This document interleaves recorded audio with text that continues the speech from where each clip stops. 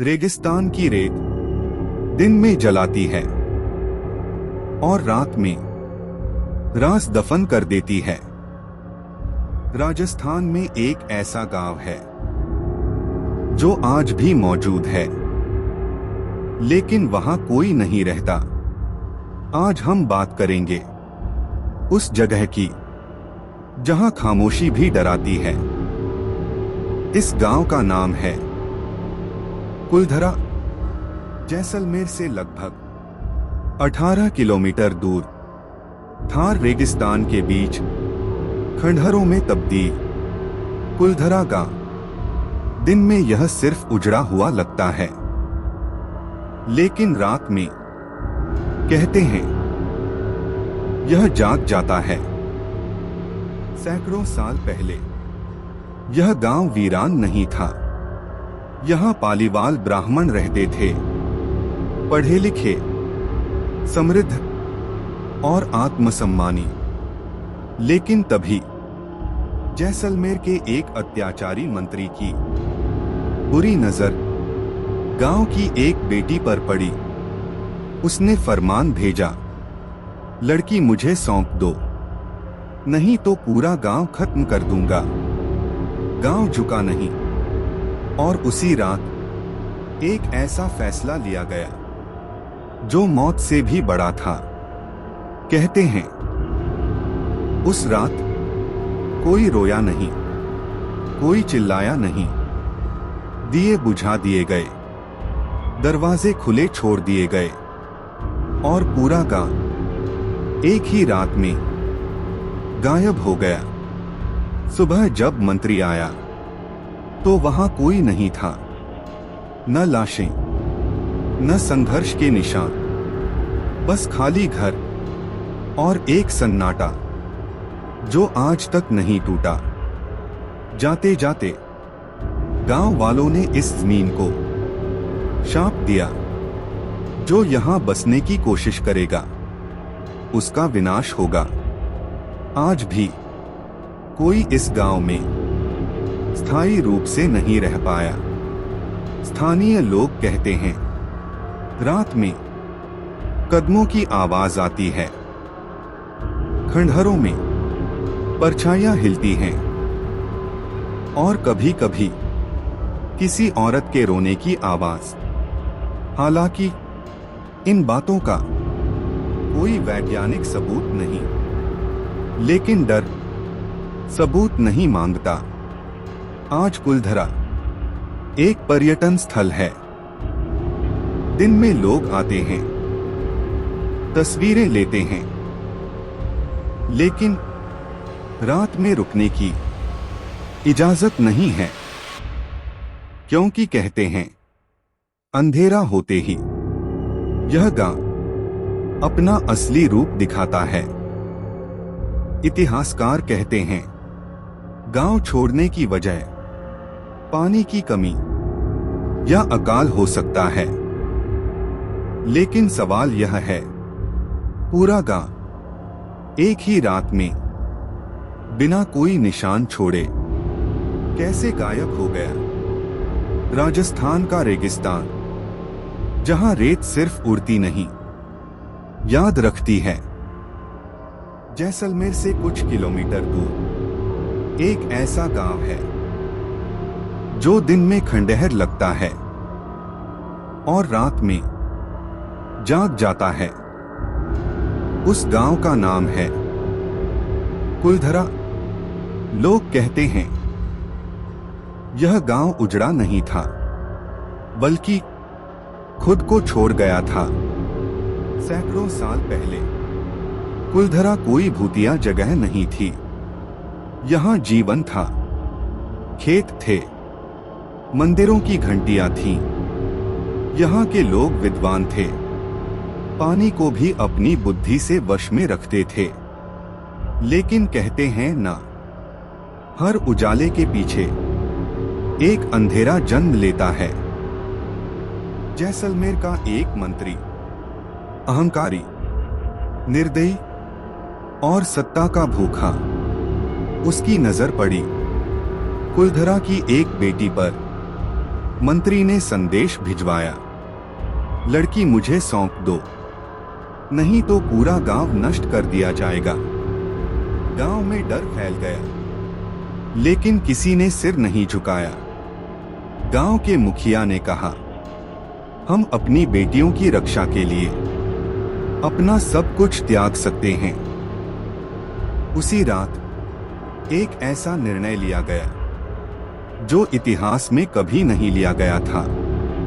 कहते हैं, उस रात कोई रोया नहीं, कोई चिल्लाया नहीं, पूरा गांव चुपचाप गायब हो गया।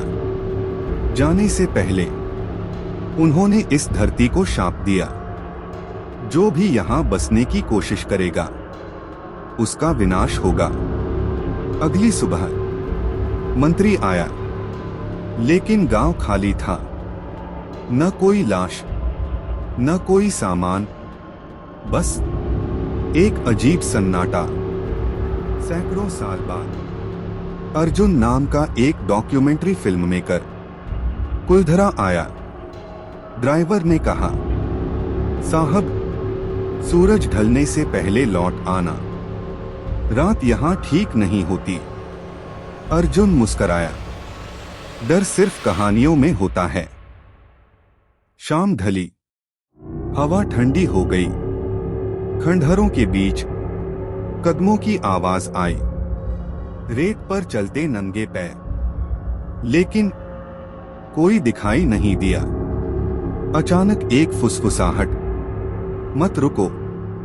आधी रात, पायल की आवाज। एक स्त्री, जली हुई, खाली आंखों वाली। उसकी आवाज सीधे दिमाग में गूंजी। हमने अपनी इज्जत के लिए अपनी आत्माएं दे दी। दीवारों से हाथ निकलने लगे, चीखें गूंज उठी।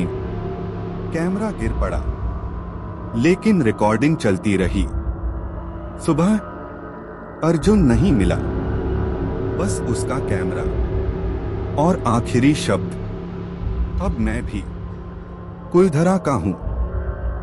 अर्जुन का कैमरा जमीन पर पड़ा था, लेकिन रिकॉर्डिंग बंद नहीं हुई थी।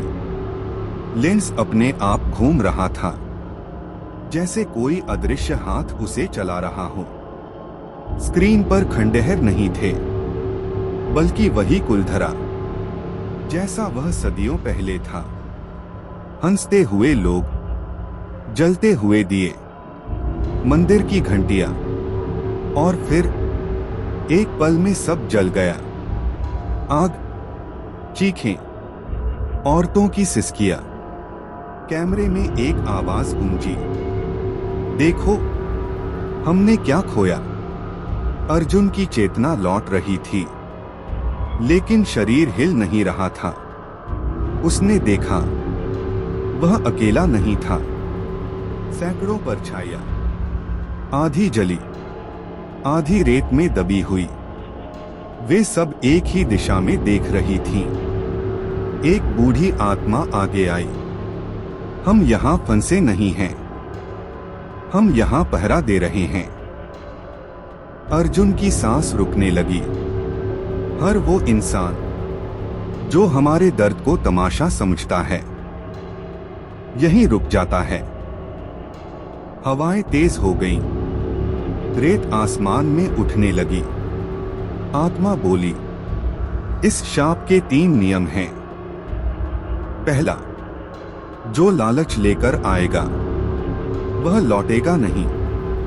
दूसरा, जो डर को चुनौती देगा वह यहीं का हो जाएगा। तीसरा, जो सच्चाई देख लेगा वह उसे भूल नहीं पाएगा। अर्जुन समझ गया, तीनों नियम उस पर लागू हो चुके थे। अचानक दर्द हुआ, तेज, असहनीय।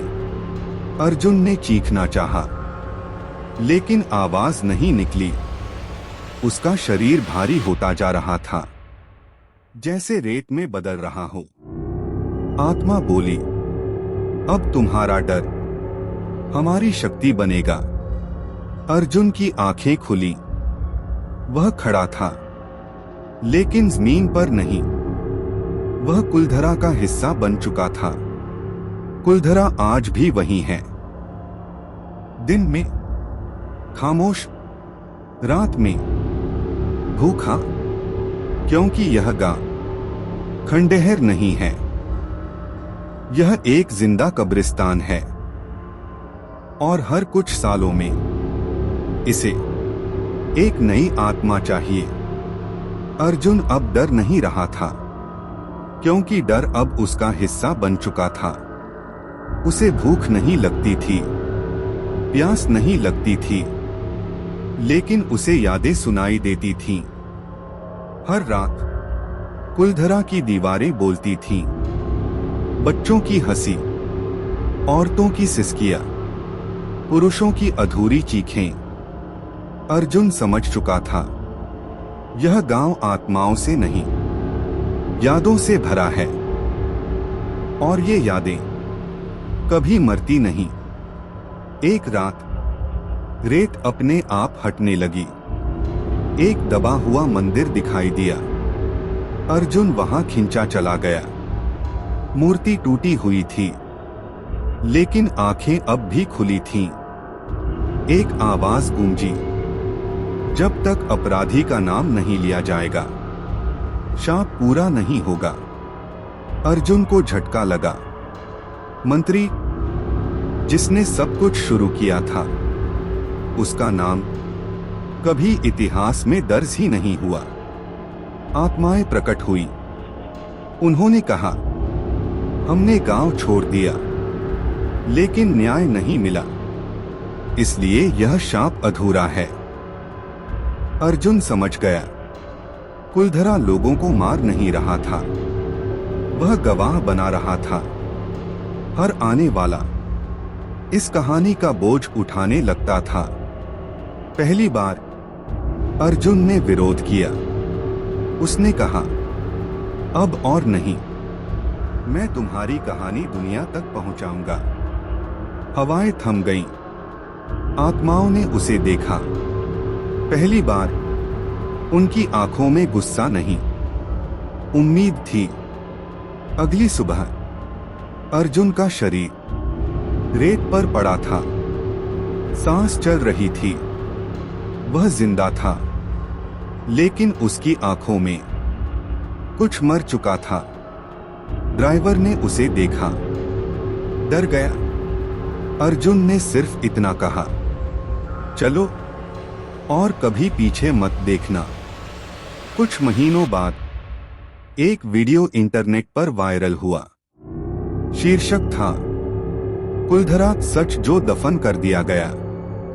वीडियो के अंत में अर्जुन की आवाज थी, अगर तुम कुलधरा जा रहे हो तो याद रखना, वह तुम्हें नहीं डराएगा, वह तुम्हें याद दिलाएगा। वीडियो खत्म होते ही स्क्रीन काली हो गई और आखिरी लाइन उभरी, यह कहानी समाप्त नहीं हुई है, क्योंकि उसी रात कुलधरा में एक नया साया दिखा, जो अर्जुन जैसा दिखता था, लेकिन मुस्कुरा रहा था। कुलधरा आज भी वही है, दिन में खामोश, रात में जागता हुआ, क्योंकि यह गांव खंडहर नहीं है, यह एक जिंदा कहानी है, जो हर सुनने वाले को थोड़ा सा अपने साथ ले जाती है।